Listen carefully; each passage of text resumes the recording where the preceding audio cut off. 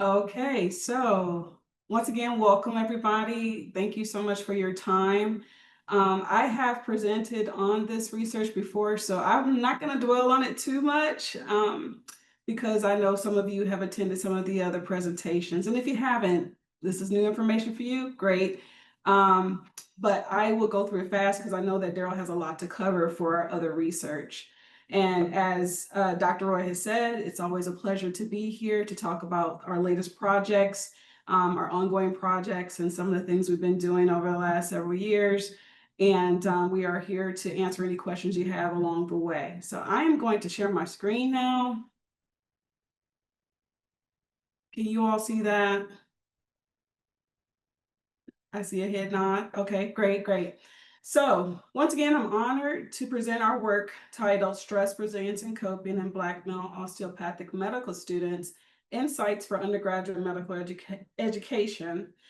This presentation is based on my most recent dissertation research, which was conducted in collaboration with Drs. Barbara Jackson, who was my dissertation chair, committee members Dr. James Archibald and Dr. Deb Roy, and also Dr. Daryl Traylor, who was the biostatistician for this research project. For this project, I explored how the intersection of stress, resilience, and coping impacts the educational experience of significantly underrepresented groups in medicine, and particularly this group, which is Black male osteopathic medical students. And I also coined the term BMOMs for short, because saying Black male osteopathic medical students over and over again is a bit hard. So if you hear me say BMOMs, that is what I am referencing. Black men continue to be underrepresented in medical education. When enrolled, they often face a host of challenges, including financial hardship, academic strain, and sociocultural stressors. These challenges influence not only their academic performance, but it also affects their mental well-being and long-term professional development. So my study aimed to better understand the psychological profile of BMOMs by examining how stress, resilience, and coping intersect. As discovered during my research study, there is a gap in the literature for this particular demographic. And I want to give a special shout out to ATSU KCOM graduate, Dr. Michael Megafu, who published an article last year titled, "Where Are the Black Men in Osteopathic Medical Schools?" As I was conducting my research and trying to find literature, which again was very minimal, I came across Dr. Megafu's article. And of course, I had to cite it accordingly, but I realized that we were both exploring the same topic. His article is published in the Journal of Osteopathic Medicine. If you haven't read it, I highly suggest you do. And again, he and I never got the opportunity to meet. However, I was truly inspired by the fact that I knew somebody in the ATSU family who was also conducting the same type of research, or at least looking into this particular demographic. I conducted a cross-sectional study of 85 self-identified Black male students currently enrolled in U.S. osteopathic medical schools. And I also employed 3 validated tools, which are called the Graduate Stress Inventory Revised, also called the GSI-R, to assess stress and its contributing factors. I also incorporated the Connor-Davidson Resilience Scale 10, which measured their individual resilience. And then lastly, I also used the Brief Resilient Coping Scale, also called the BRCS, to evaluate coping strategies. I also collected key demographic data to investigate potential predictors of stress, resilience, and coping. And the study received IRB approval from Bellarmine University. So here you see my long list of research questions that I came up with. Again, this was a journey. It took a while to try to figure out exactly what I wanted to measure or look for when it came to stress, resilience, and coping in BMOMs. But basically, my study was guided by these 5 core research questions. I will not read them in detail. You can see them for yourselves. But to summarize, the first question looked at how do specific stressors such as financial or academic pressures correlate with overall stress. My second research question asked, is there a significant relationship between resilience and coping? My third question was, do demographic factors such as age, income, relationship status, or insurance predict stress levels? My question for number 4 was, do these same factors predict resilience? And then my 5th was, do these predict coping strategies? I used SPSS version 26 for the analysis. Descriptive statistics summarize participant demographics and the mean scores on the GSI-R, the CD risk 10, and the BRCS. And then also use Spearman correlations for questions 1 and 2. I used a multiple linear regression, which was applied to questions 3 and 5 to assess the predictors of stress, resilience, and coping. And then we also set a statistical significance at p-value, which was less than 0.05. So I actually surveyed 101 applicants or participants, but 85 were used in our final analysis. And then as far as the missing data, it was minimal, under 1%, and it determined to be missing completely at random. We use regression imputation to address these gaps. My participants were mostly between the ages of 21 and 30, with over 70% falling in this range. At 76.5%, most identified as heterosexual. And as you see at the bottom right, 40% reported being in a committed relationship. Nearly half reported annual incomes under $25,000. Over 90% received financial aid, and approximately 87% had health insurance. Academically, most were in their first or second year of study at a U.S. Osteopathic medical school. I did not ask these participants to identify the medical school they attended. I just asked, if they were indeed a student at a U.S. Osteopathic medical school. But overall, this demographic gives you a snapshot of the valuable context for interpreting the psychological measures that were used for this study. I found a significant positive correlation between specific stressors and overall stress for research question 1. Financial, academic, and social pressures were the strongest contributors. I rejected the null hypothesis here. For research question 2, resilience was strongly correlated with coping. The Pearson correlation was R value equals 0.83, and the Spearman R value equal 0.79. Both of these were considered highly significant. This affirms that higher resilience is associated with more adaptive coping. So as you see here, we have research questions 3 through 5 results. So for research question 3, demographic factors overall did not predict stress. However, sexual orientation and relationship status were significant individual predictors. So as you see here, bisexual participants reported higher stress, as well as married or couple students also reporting elevated stress. Notably, having health insurance was associated with lower stress. So for research question 4, the demographics did not collectively predict resilience, but income did. So students earning $25,000 to $74,999 were significantly more resilient than those earning less than $25,000. And then as you see for question 5, a similar pattern emerged for coping. Income was the only significant predictor, with higher income participants showing more adaptive coping. And as you can see from the note at the very bottom here, other demographics such as age were not considered significant for the study. So in essence, these findings illuminate the nuanced ways in which socio-demographic factors shape the psychological experiences of bee moms. Stress is most acutely impacted by relationship stress, sexual identity, and lack of insurance. Resilience and coping are tightly linked to financial well-being. And based on this, I propose 3 targeted strategies for institutional support. So for the first, mentorship and peer support being very important. I think it's important to match students with mentors who share cultural and experiential backgrounds. For financial literacy and programming, we need to help students manage their debt, budget effectively, and access scholarship resources. And I do know that we do have them at A.T. Still University, such as the GPS scholarship. And then for our third, culturally responsive wellness services are equally important. offering mental health support affirms their unique lived experiences.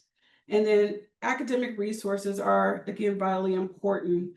Embedding said resources into medical education in the curriculum will help our students as opposed, to being an extended resource. We want to integrate the academic resources into the curriculum and otherwise. And so what I mean by that is having resources that are woven into the institutional medical education systems rather than serving as that optional supplemental service.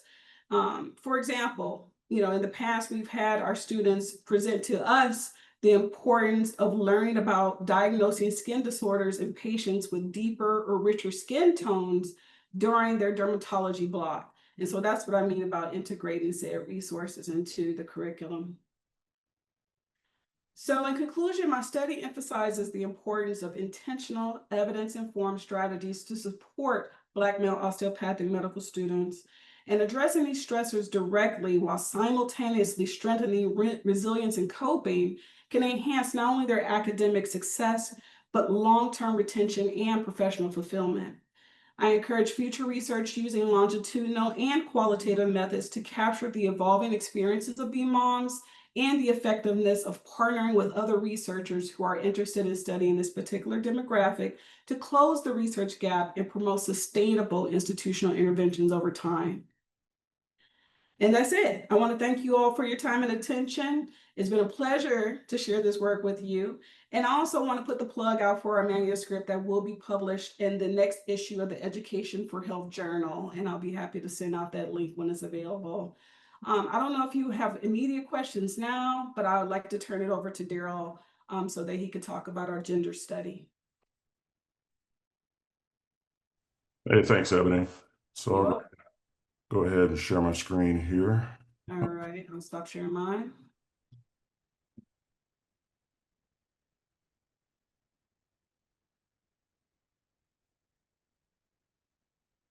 Can everybody see that? Yes. All right, good deal. All right, so want to speak to you about perceptions of gender bias in med ed, women medical students, residents, and early career physicians. This whole project came together when one of my longtime mentors said, "Look, we don't have any Black men doing anything with AMWA, so would you and your wife like to do a study?" And so I said, "Okay, whatever." We ultimately ended up doing the study in conjunction with two medical students from St. George's University School of Medicine, one student from Eastern Washington University's MPH program, and then one of your ATSU SOMA students, Nyla Shima. She was really good. So the purpose of our study was to investigate the experiences of gender bias in med ed in early career physicians, medical students, and residents. The goal was to identify some of the key sort of stressors, barriers, or what have you that women at these different stages of their medical educations identified, and then wanted to provide some practical recommendations. Ultimately, well, originally, we were going to develop a suite of tools that AMWA was going to use to help medical students, residents, and early career physicians who faced gender difficulties or bias or what have you in their training. However, just before, right as we were actually applying for the grant for this project, AMWA received a letter from the Trump administration saying that they were being investigated. So our grant wasn't approved, and AMWA decided to, they want to continue to develop the suite of tools, but they're no longer going to be front-facing on their websites or what have you. So I'm not sure what they're going to do with the information that we've developed, but that's where we stand right now. Oh, let me see what technology. Okay. So anyway, in terms of our methodology, this was a mixed method study. So I'm only going to be talking about the qualitative data. But as part of the mixed method study, we collected open-ended survey responses that captured personal narratives of gender bias in med ed and practice. In order to analyze these data, we employed several qualitative methods. For example, we use thematic analysis, inductive and deductive coding to identify emergent patterns in the data. We also use sentiment analysis using automated tools to sort of capture the emotional tone of responses.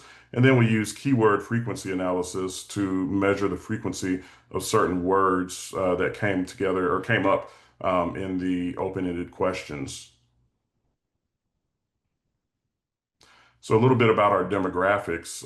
We had a total of 142 study participants. I don't know if you can see that, but the majority of our participants were 25 to 29 years old. The majority were white female. Black, Hispanic, and Asian were the next largest groups who participated. Then the majority of students were trained in the United States. However, we did have a number of students from international medical schools. These were all U.S. residents, however. The majority of the participants were either MD students or graduates, but we had, what was it, 30.3% who were DO students. 42% of the participants overall were current medical students.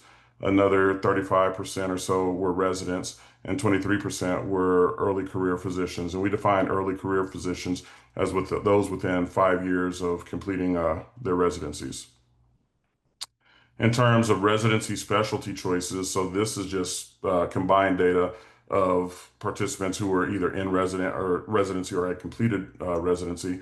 The majority were emergency medicine physicians, but we had a significant number who had chosen other specialties, so urology, ophtho. We had a couple of, I think one was an orthopedic surgery fellow or something like that. So, but there's that breakdown. And these are the open-ended questions that we ask. So, in your opinion, what are the most significant barriers preventing the achievement of gender equity in medicine today? Can you describe a specific incidents where you observe or experience gender bias in medical education, clinical practice, or leadership? And how did that impact you or those involved? How do you think promoting gender equity affects patient care, team dynamics, and overall organizational culture in clinical settings? What types of resources, training, or institutional support would make you feel more empowered to address gender equity challenges in your career? And if you were part of a gender equity task force, what three issues would you prioritize for immediate action? So out of the 142 who participated, we had 51 who actually answered at least one of the open-ended questions. Overall, the qualitative response rate was somewhere between, I think it was actually 35, it was 35.7% actually. So that tracks well with what's considered a good response rate for qualitative research. For question one, we had a total of 47 responses. Uh, well, that's question 15, but there's 47 responses. Question 16, there were 33 responses. Question 17, it was 44 responses. Question 18 was 38 responses. And question 19 was a total of 37 responses. So again, that's tracked pretty well with what you would normally see and expect in qualitative research. So here are the key research themes.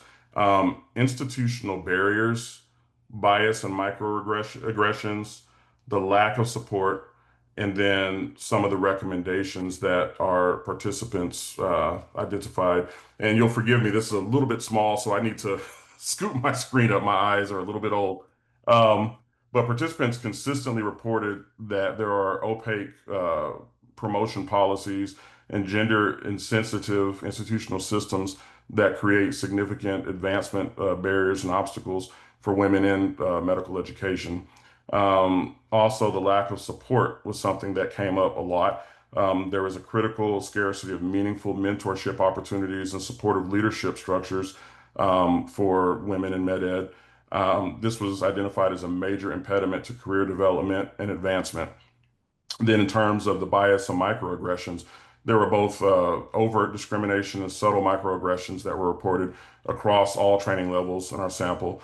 This was identified to create hostile learning and work environments that overall undermine professional confidence.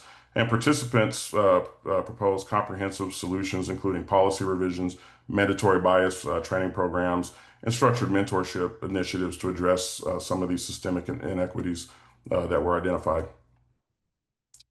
So, in terms of the institutional barriers, um, there's sort of this policy opacity. Promotion and advancement criteria often lacked transparency, according to our participants. And this left many women uncertain about the requirements for career progression and professional recognition. In terms of promotional practices, these were seen as sort of a subjective process where informal networks frequently would be a disadvantage to women. And so this lack of access to decision-making circles and mentors ultimately was seen as a harm. Also, recruitment issues. So gender-insensitive recruitment and selection processes seem to perpetuate the underrepresentation of women in leadership as well as faculty positions as in competitive specialties, R1 institutions and things like that. And one of the quotes that came up that demonstrated this. One of our participants said, every promotion meeting felt like a closed door session where my potential was never fully recognized. In terms of bias and microaggressions, there was this idea that systemic exclusion from professional networks and informal gatherings, harmed women. Explicit discouragement from pursuing competitive specialties or leadership roles was also identified as a barrier. And then some women identified direct comments that question women's commitment to medicine or competitive specialties or what have you. In terms of subtle bias, there were dismissive attitudes towards women's clinical experiences and opinions, systemic undervaluation of research contributions in academic work, and then interruptions and speaking over women during clinical discussions. Overall, women identified this as sort of a pervasive nature, both explicit and implicit bias, and this created compounding effects on women's professional development. The experiences often began early in medical school and just continued during residency training and into their careers. One of our participants said that a senior physician told me my career ambitions were too lofty for a woman to pursue. There is a mentorship gap that was identified, a critical shortage of female mentors and sponsors willing to invest in women's career development and advancement opportunities, leadership deficit, the absence of supportive leadership structures that actively promoted gender equity and created inclusive institutional cultures. The absence of these structured mentorship programs leaves women without essential guidance for navigating the complex medical hierarchies. This support deficit is particularly acute for women from underrepresented backgrounds who face intersectional challenges dealing with race, gender, sexual orientation, motherhood challenges, things of that nature. A number of our participants described feeling isolated and uncertain about career pathways, with many reporting that they had to seek mentorship outside of their institutions or specialties to find adequate support. One of the comments was that without meaningful mentorship, I struggle to see a clear path forward in my career.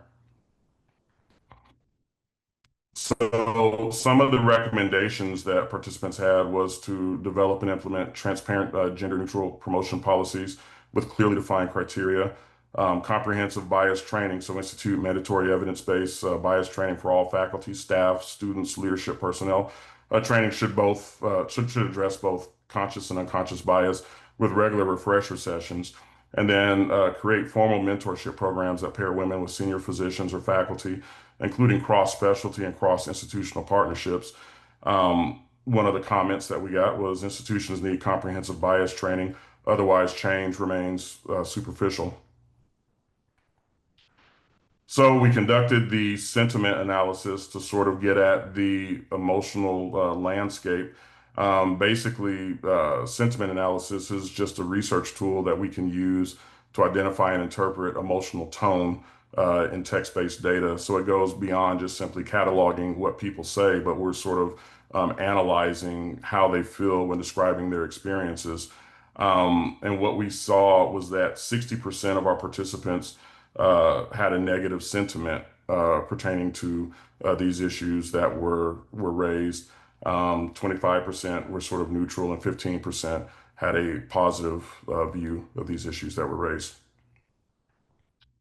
Then the keyword frequency analysis is basically a tool where we use some text mining methods to identify and count how often specific words or phrases appear in a data set. Excuse me. It provides insight into the most commonly discussed topics or concepts and open-ended responses, interviews, or other documents. And so what we saw was the issue of bias was the most commonly identified term in our data set, then gender, support, promotion, mentorship, discrimination, and inequalities. So in terms of some actionable recommendations, ultimately all of this came together to suggest that we need policy revision, developing transparent gender-neutral promotion and recruitment guidelines that clearly articulate the criteria, implement standardized evaluation processes, and then have regular policy audits to ensure equitable application across all departments and specialties. Strengthen mentorship opportunities, establish structured mentorship programs that will connect women with experienced physicians across specialties, create peer networks, sponsorship opportunities, and professional development resources specifically designed to support women's career advancement. Bias training, implement comprehensive mandatory bias training for all faculty, staff, and students, leadership personnel, including evidence-based modules on unconscious bias, inclusive leadership, and create equitable learning environments with regular assessment and refresher training. And then finally, develop some adequate feedback mechanisms that allow confidential reporting channels for bias incidents and implement regular institutional climate evaluations, establish clear processes for investigating the complaints and tracking progress towards gender equity goals with transparent reporting. There were a few of our participants who said some things about the Title IX, existing Title IX reporting mechanisms that suggested they weren't confident in those things that already exist. So again, our results reinforce what we see in the literature regarding systemic gender inequities. The emotional tone that we picked up underscored the frustration and urgency for reform. Again, the opaque promotion and recruitment processes coupled with gender insensitive institutional policies really do create systemic obstacles to women's advancement in medical ed and clinical practice.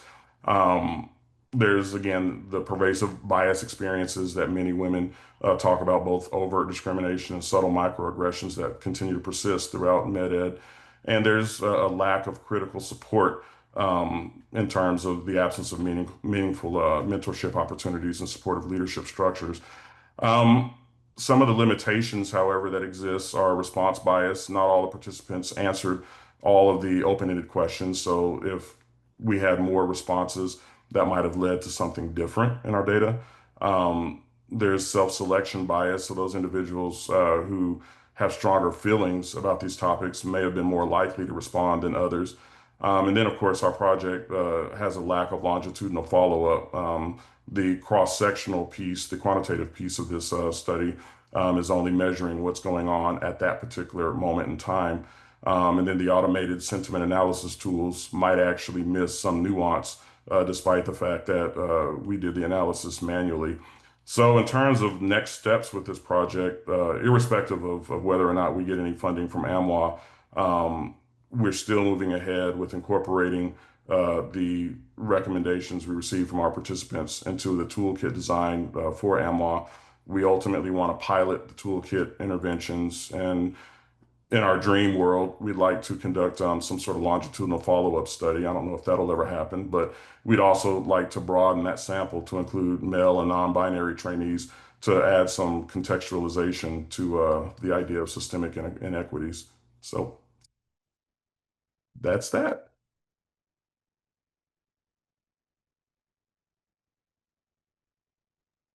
What questions do you have?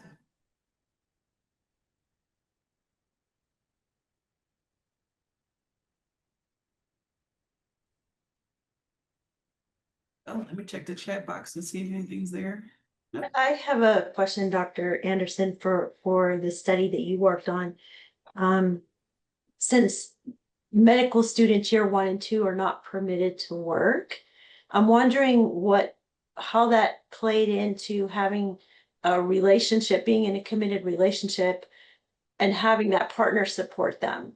Mhm. I wonder if there, did you think about that? Was there anything, you know, confounded in that manner?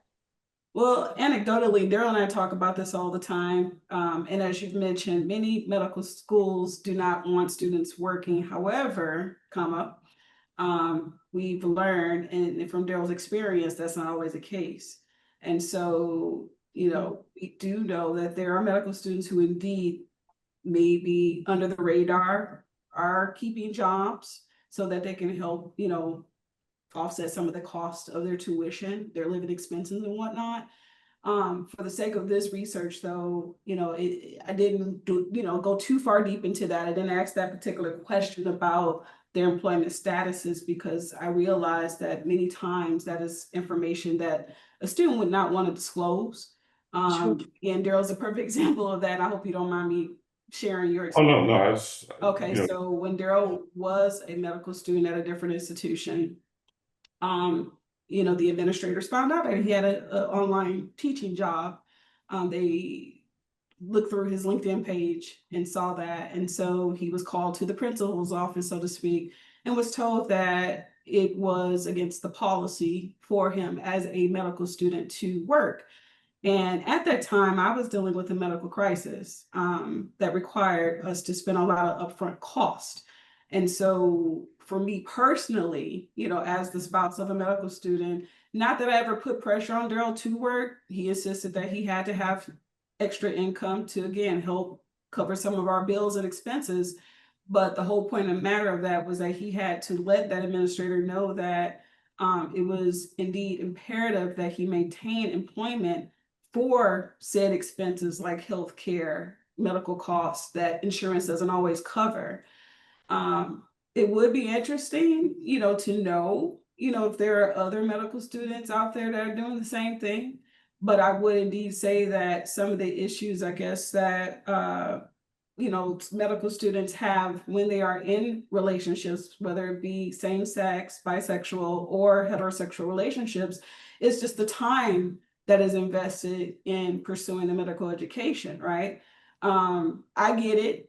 I work in it, so it makes it a lot easier for me. But even I struggled for a while, knowing that Daryl was spending 12, 13, 14 hours a day on campus studying in class, all the things. And it really did take away from our quality of life as a couple. And so with that being said, I wasn't necessarily surprised of the results, you know, from my dissertation research that, basically coupled individuals were indeed dealing with higher stress and coping issues and resilience issues. Um, you know, Obviously we can't change the medical school systems. I mean, Oh, we should try. I know, right? But I I will think, say, or if you want to go ahead and interject, Daryl, about no, his because I was current going to medical say, experience, it's a lot more balanced.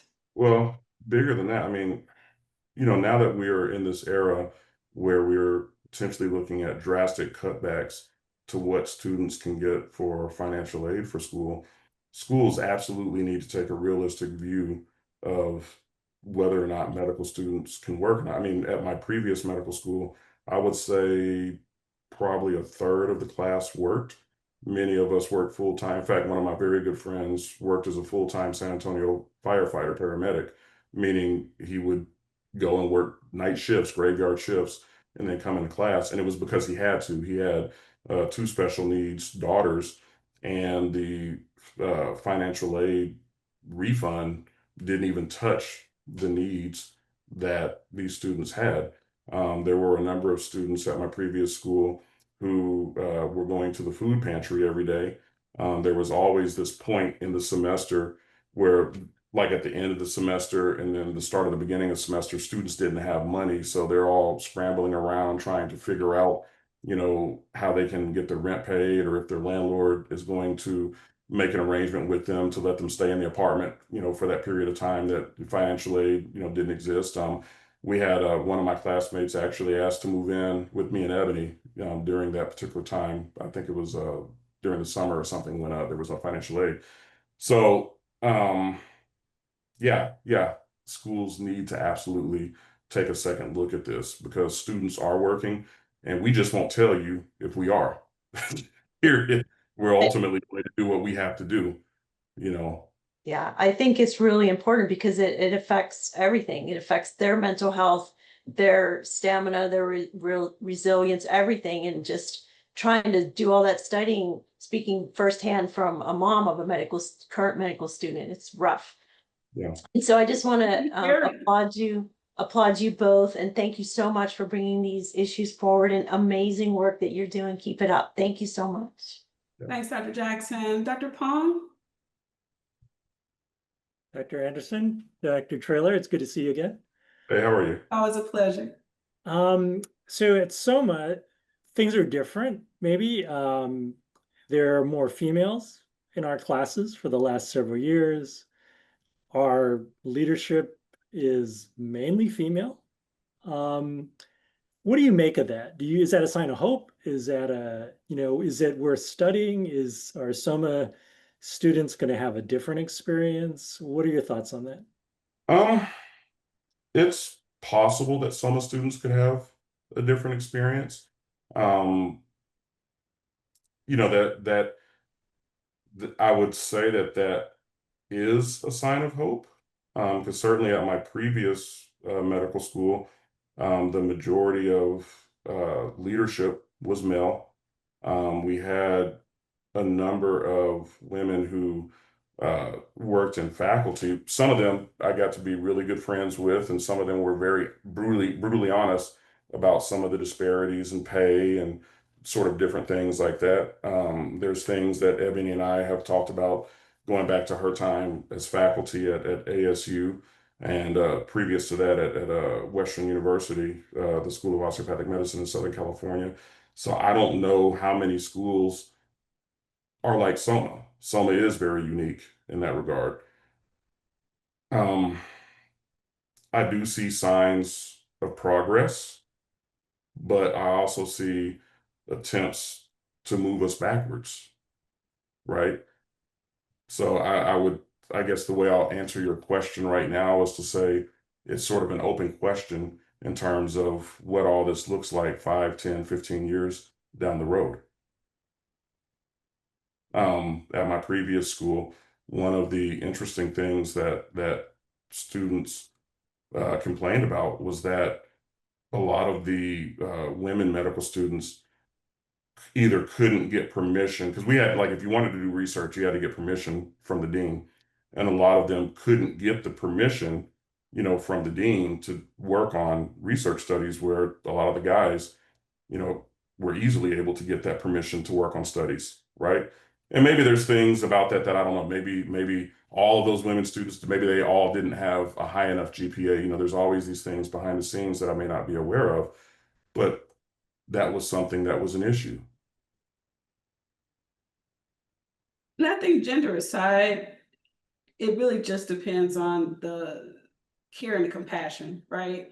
The first person I think about, honestly, is a colleague at a different institution, UC Davis, who's a male who has seemed to get it right, so to speak. Maybe not perfect, but definitely better as far as looking at both the gender as well as the socioeconomic factors that impact medical students or prospective medical students who are interested in getting into their programs and being successful and staying in those programs.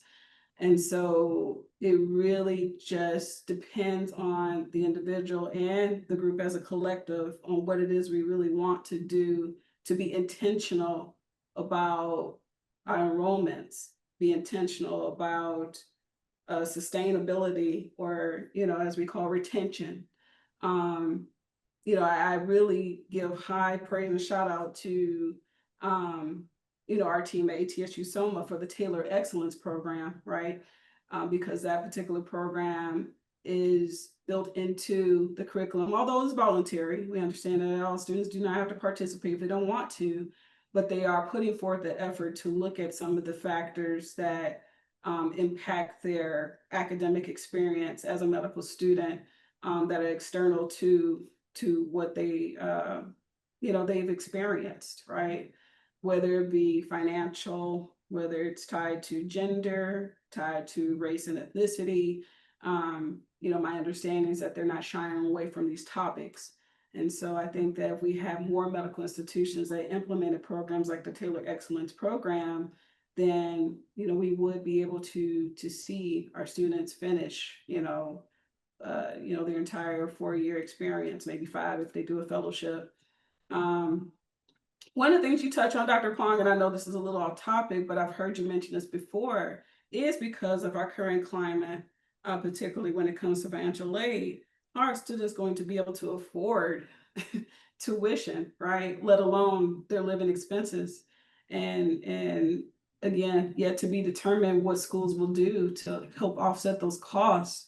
But I do commend you for asking, as I always call the hard questions. When you do them, like cheering back, like, yes, yes, but I think that we all do need to be looking at those things, as medical educators, administrators, because we realize that if you cannot afford to go to school, then you just won't go. You'll put it off or whatever it is. Or, for Or those with students, affluence. Go ahead, Daryl. well, I was gonna say, or students will do what I've done and say, well, hey, I'll work and do what I Yeah. have to do to get through school.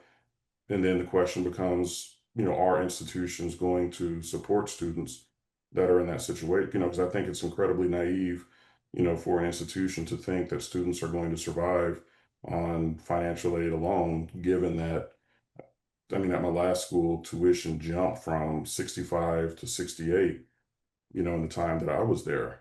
And then, of course, we know what the cost of living in San Antonio was like. And the reality is, if I didn't work, it was just going to be too large of a burden for you to handle on your own. Mhm. That's just the reality. And financial aid just didn't cover a lot of the stuff that we needed, and No. help you if something happens outside, like a life related event that happens that can derail a lot of things. So what schools choose to do, I don't know, but yeah. Ongoing questions.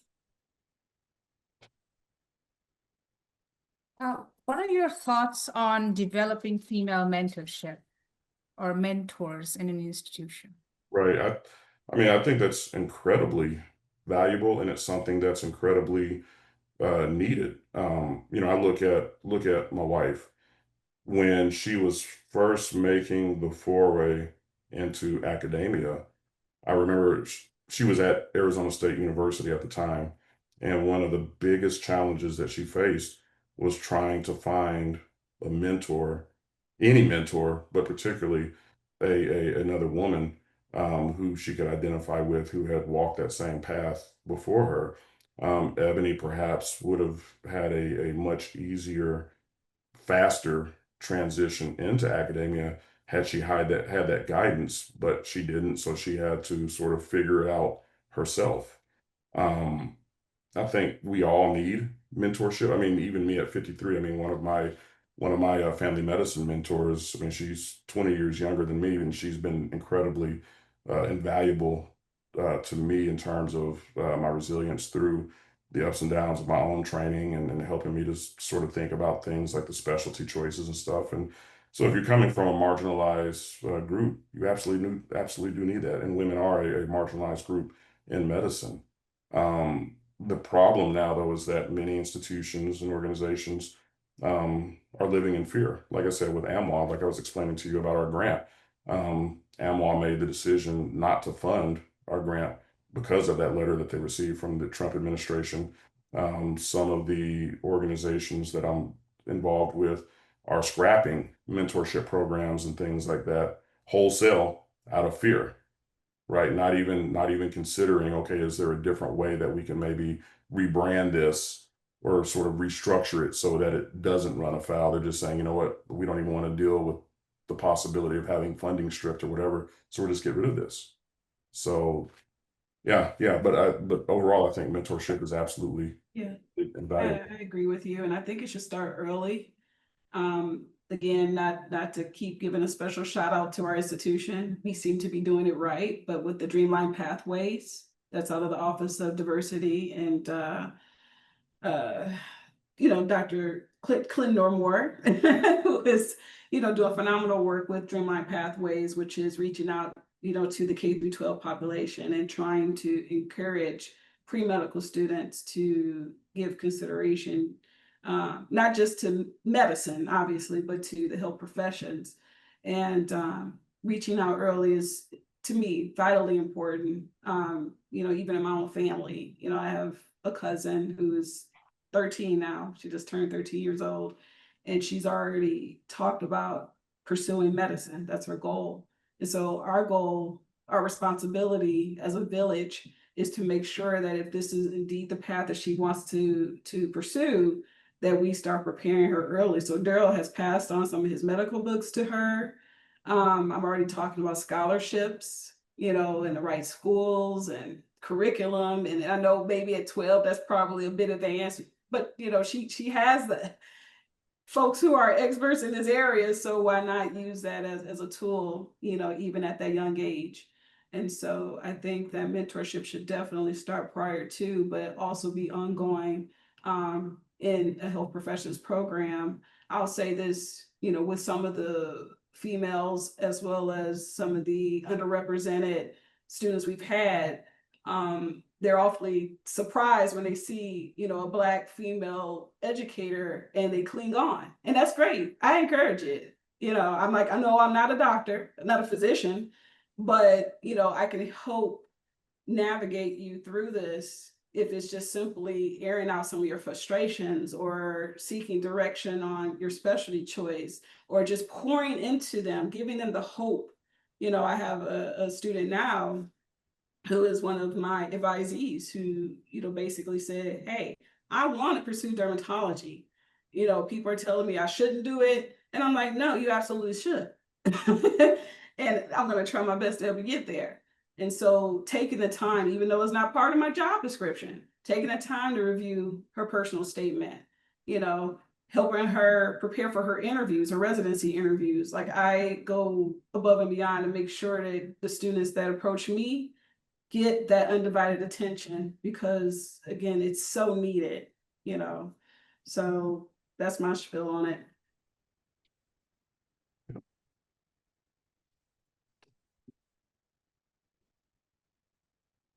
Thank you for that. Any other questions from the audience today?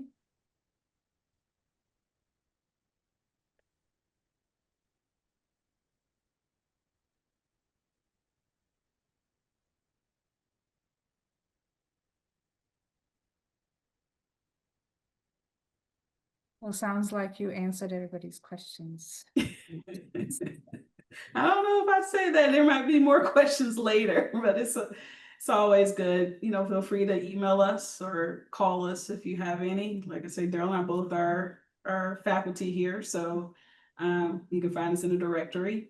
But yeah, thank you again for your time. And I know we probably talked kind of fast to get through this. I didn't know how long it was going to take, especially when I saw Daryl's slides. I figured it would probably be a full hour, but I see that Daryl talks faster than I do, so. Oh, it was captivating and thought-provoking, and probably that's why everybody is quiet. No, well, thank you. Thank you. Thank you both so much again. It was awesome. Really appreciate you. We appreciate you as well, Dr. Jackson. Thank you. All of you. Thank you. Take care now. You as well. Have a great day, everybody.